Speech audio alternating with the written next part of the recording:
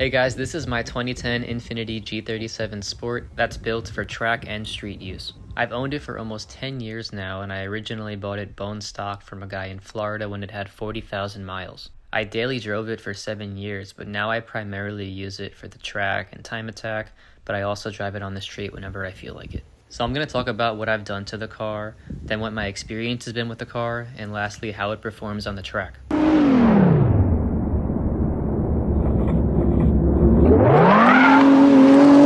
Let's talk about what I have done to the car.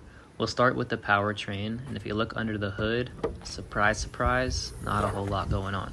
But the car does make 329 wheel horsepower on E85, but that's with a 4.09 final drive gear, so that would be the equivalent of 346 wheel horsepower on the OEM final drive gear, making it about 397 engine horsepower. So contributing to that horsepower number, we have my Stillen Gen 3 cold air intakes, which have filters all the way in front of the radiator. That's why I like it. To be able to run E85, I have GTR injectors, a 340 LPH fuel pump, and then this flex fuel sensor right here so that I can run E85 or pump gas.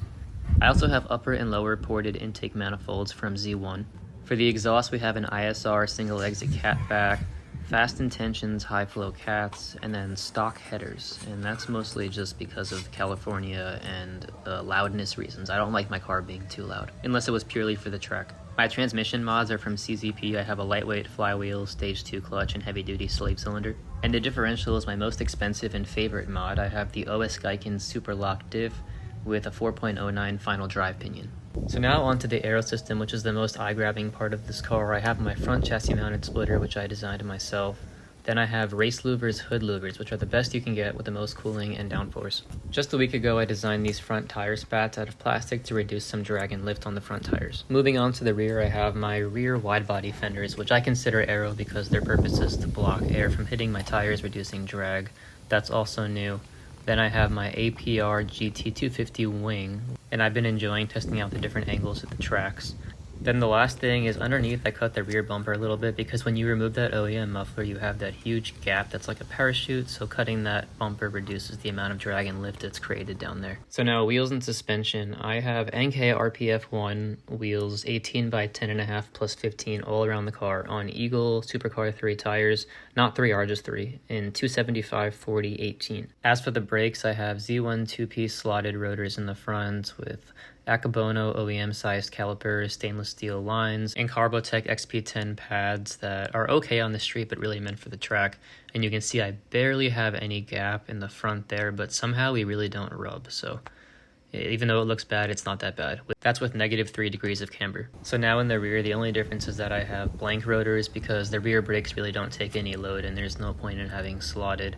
And I have -2.3 degrees of camber in the rear. The last remaining pieces of the brake puzzle are I either run RBF 600 fluid or Castrol SRF, and then I have brake ducts to cool my front brakes. I'm using the Z1 duct kit, which shoots the cold air right into the center of the rotor to expel outwards. Now moving on to suspension, the main component here is my Powertrix ultralight coilovers, and they're custom valved for my car. They did a great job with that. I have 16K springs up front and then 8K springs in the rear, but you can see this is the rear right here. I don't have the divorce spring, I use the true coilover. Otherwise I have my Hotchkiss sway bars front and rear, and then I have various control arms I needed to get the adjustability range. Now onto some weight reduction. I have the Braille 21-pound battery, which is like 15 pounds lighter than stock. I might have an anti-grav battery soon. I removed the windshield wiper reservoir that was right there. Then you can see on top there's this sock on my power steering cooler because power steering fluid overflows. That's with a power steering cooler, and I also have an engine oil cooler I forgot to mention. Now onto the interior. The first thing you can see here is my Sparco seats. On the driver's side we have a Pro 2000 FIA certified seat. Everything in front of the seats is stock. I have all my airbags and safety. I do have a ball shift knob with a short shifter, and the passenger seat is just the Sparco R100, but I usually remove it when I'm racing. But behind the front seats, I did remove just about everything besides the Bose stereo controller. It looks like I took a lot of weight out of the car, but I weighed everything, and in reality this was all only 75 pounds, everything behind the front seats. Now let's get the car inside so I can talk about my experience with it, but first here's a warm start and some little revs.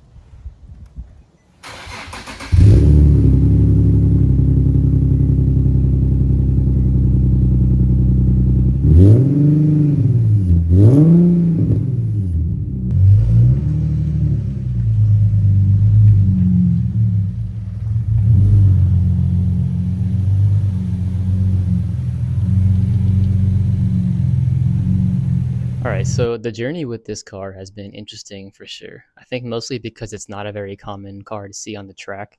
It's mostly used as a daily luxury car that has a little bit of horsepower to have fun on the highway. And honestly, that's what I had the car for originally.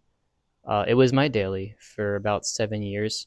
I knew that I did want to eventually get into going onto the track. I had some friends that did that at the time, so I wanted a car that I could use as a daily and maybe even use on the track a bit. Although I didn't really know anything about track performance, I just knew that it would be fun to have a manual rear wheel drive car. And I knew that this car had a little bit of power, at least at the time. This was 2015 when I got the car, and it was bone stock. So it was a great purchase, in my opinion. I loved dailying it for a long time. It took about 7 years until I got out of college and had some extra money to start modifying it and taking it to the track more often. And the car got to the point where it was too much to daily it. It became really rough. The clutch was really heavy, and I keep getting injured, so that's not good. Not because of the clutch, because of other things that I do. But it was really nice to have another car that I could just drive and not care about. And then immediately when I bought the other car, I bought a Prius. I stripped out the interior from this car. I got track coilovers, and we went all in. We did aero. Yeah, and then it became more serious, and we started putting down some crazy lap times, at least for this car. I mean, we did. You can see there, I got sub 2 at Button Willow with a car that's still a street car. That's a big achievement of mine, to be honest. And I'm gonna go faster too. I think I can go sub like 159, maybe even sub 158. Street to Willow, we did 122.334. And I know I can do faster as well because I just did 122.5 in the summer heat after doing the wide body in the back. Big Willow, we did 131 point something, I forgot. And Chuckwalla, I have yet to go with the aero, so I don't know. But yeah, this car puts down some pretty impressive times, but it is held back by the chassis. It is a heavy chassis, and it's very front-weighted. And as long as it's a street car, and I don't have the freedom to modify everything however I like, and I have to keep the safety of the car for street driving, I really can't get around that. There's not much that I can do to offset the weight distribution. So it's always going to be very front-weighted. It's always going to be very heavy. I'm going to go through tires and brakes a lot faster than other cars that are lighter, and everything's just going to wear down a bit more. But it's a unique car, and I love driving it because nobody expects it to be fast when you get to the track. So let's rate the car. As a daily driver, honestly, I give this car a 10. It was kind of perfect as a daily driver. Maybe a 9.5 because the back seats didn't have the most room and comfort for anybody that wanted to sit back there. Although as the driver of the car, I don't really care much, but it is important to be able to carry people around in your car as a daily, so you can't put an over 6-foot person back there. So deduct half a star for that. As a daily / track car, I give it an 8.5 because the really cool thing about this car is that it's really reliable engine-wise. Like, this motor is incredible. You don't even have to do oil changes between track days. I do them like every 2 to 3 track days because the oil just comes out clean every single time, and there's never an issue with this engine ever whatsoever. So reliability-wise, it's a good car that you can drive to and from the track, have some fun with, go back, and then drive to work the next day with no problem. The only issue is often the brakes because of how heavy it is, so you got to get that sorted out. But that's not an inherent issue with the car. That's just an issue with the brakes that you need to sort out. So 8.5 as a daily / track car. As a track only car, I'm gonna give it a 6. It's heavy, right? It's just inherently heavy, no matter what you do. Unless if you're dedicated track driving it and you just want to strip out as much frame as you can, put the roll cage in, maybe you can get around it somewhat. But it's inherently heavy. It's high center of gravity. I don't know what it is about the car, but it's just high center of gravity. And if you look underneath the car, the exhaust hangs super low. So even though the car doesn't look that low, like, the distance to the ground is not much. So it takes a lot to get this car fast on the track. The positive 6 points for the car come from the reliability again. It's just a car that you can just constantly beat on the track and really not have to worry about much. I mean, you guys see my videos. I beat the hell out of this car, and I go off track often. I always go like one wheel off. I'm always redlining through every single gear, always downshifting to the highest RPM. I've never ever had an issue. I don't even look at my oil temperatures because I don't need to. I'm just not worried about the engine whatsoever. The only thing I'm worried about is brakes. So I think I have it all sorted out now. Brakes were the biggest challenge to get right on this car. Another issue, oh yeah, is the power steering. The power steering reservoir overflows. It doesn't boil, but fluid flows out of the reservoir, and there's not really much you can do about it. Oil coolers don't help. Power steering coolers don't help because it's not an issue with the power steering fluid heating up too much. It's an issue with when the pump's being worked really hard, the velocity of the fluid into the reservoir is just too fast and it overflows out the top. The only fix is to get a baffled reservoir, but then you lose the natural filter inside of the OEM reservoir. So it's a give and take. Another issue with the G37 is the rear tire fitment, which is why I had to wide body it, because you can fit wide tires in the front, but you're limited as to how big the rear fenders are and how big of tires you can fit back there. So if you want to have like a nice square tire setup, unfortunately you have to wide body the rear, square wheel and tire, to say for sure. Because I actually had a square tire setup, but I was running different wheels in the back, so I couldn't rotate wheels if I wanted to. Now I have a nice 18 by 10.5 plus 15 square wheel setup. I think another issue with this car in terms of track duty is that there's really no track support for it, except for anything engine or drivetrain wise that's shared with the 370Z, because nobody tracks this car, so there's no demand for track parts. Like there's no track arrow, or there's no arrow actually at all for this car. No functional arrow. Anything that you see is just cosmetic. There's no splitter, there's no wing off the shelf. In order to get that wing mounted up, I had to drive to the APR headquarters, and they just mounted their universal wing on and added a bunch of components until we can get something to kind of fit. There was no mild rear wide body for the car. I had to use a universal flare, and luckily it fit up pretty well to this car. But anything that you wanted to get for this car was like an 80 millimeter wide body, which is insane. Like that's for looks, right? Unless you're driving a Formula car with extremely, extremely stiff suspension, which we're not doing on the track, most of us. But just a mild wide body, no. Because most people that want to wide body this car are doing it for looks, so they want to go all the way wide. It would have been so unnecessary and actually made me slower if I did that. But there is really great support for anything drivetrain wise because the 370Z is a very popular track car. Okay, speed wise, performance wise, I don't really know the limit of the car yet. I feel like I'm at the limit of the car driving skill wise at Streets of Willow. So when I put down 122.334, at the time, I really feel like this car couldn't drive any faster with all the mods that I have on it because I know that track really well, and I really felt like I was at the limit of the car. Um, so yeah, I mean, 122.334. There's other cars that can do faster at that track much more easily, and that's usually down to the weight, center of gravity height, just the handling of the car. So if you're wondering what the limit is of the G37, yeah, 122 is I think. I might be able to break 122, but I don't think this car is capable of under 121 without like a serious track conversion. It would no longer be able to be a street car. So a question that I often get is why is it not supercharged or turbocharged? Why am I still running naturally aspirated? Um, that's just because reliability and less headaches and less front weight. If I add the supercharger or turbo, whatever, I'm adding a lot of weight up front, especially from the intercooler and extra oil and everything. And this car is already challenged by having so much weight up front and just so much weight in general that there's some tracks that even adding an extra 300 horsepower, I'll be slower just because of that extra weight up front. Like Streets of Willow, I'm pretty sure I would be slower if I added a supercharger. But otherwise, I like to be able to drive this car to and from the track without any issues. I know I said it's reliable, but once you break into like 550 horsepower, wheel horsepower, which is probably where I would be at if I was supercharged, I think I'm losing some reliability at that point.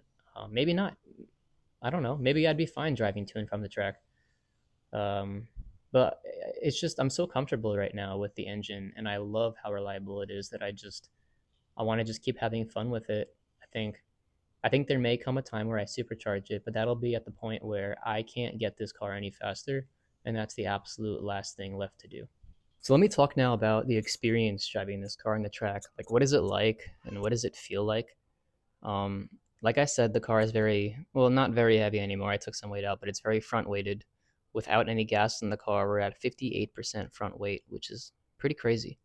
Um, the aero doesn't balance any of that out because it just pushes the car down evenly.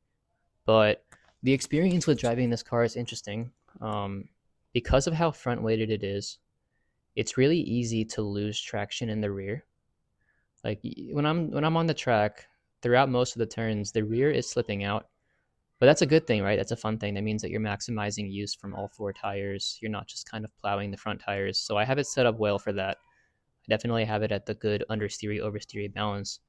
But here's the really really cool thing about this car is that when you lose the rear, like if the rear does slide out a bit too much more than you want it to, it is really easy to control this car and bring the rear back under control. I think that was a huge pro of learning to drive on this car. I gained a lot of confidence because I have absolutely zero fear of the rear ever coming out on me because I know it's just really easy to bring it back in.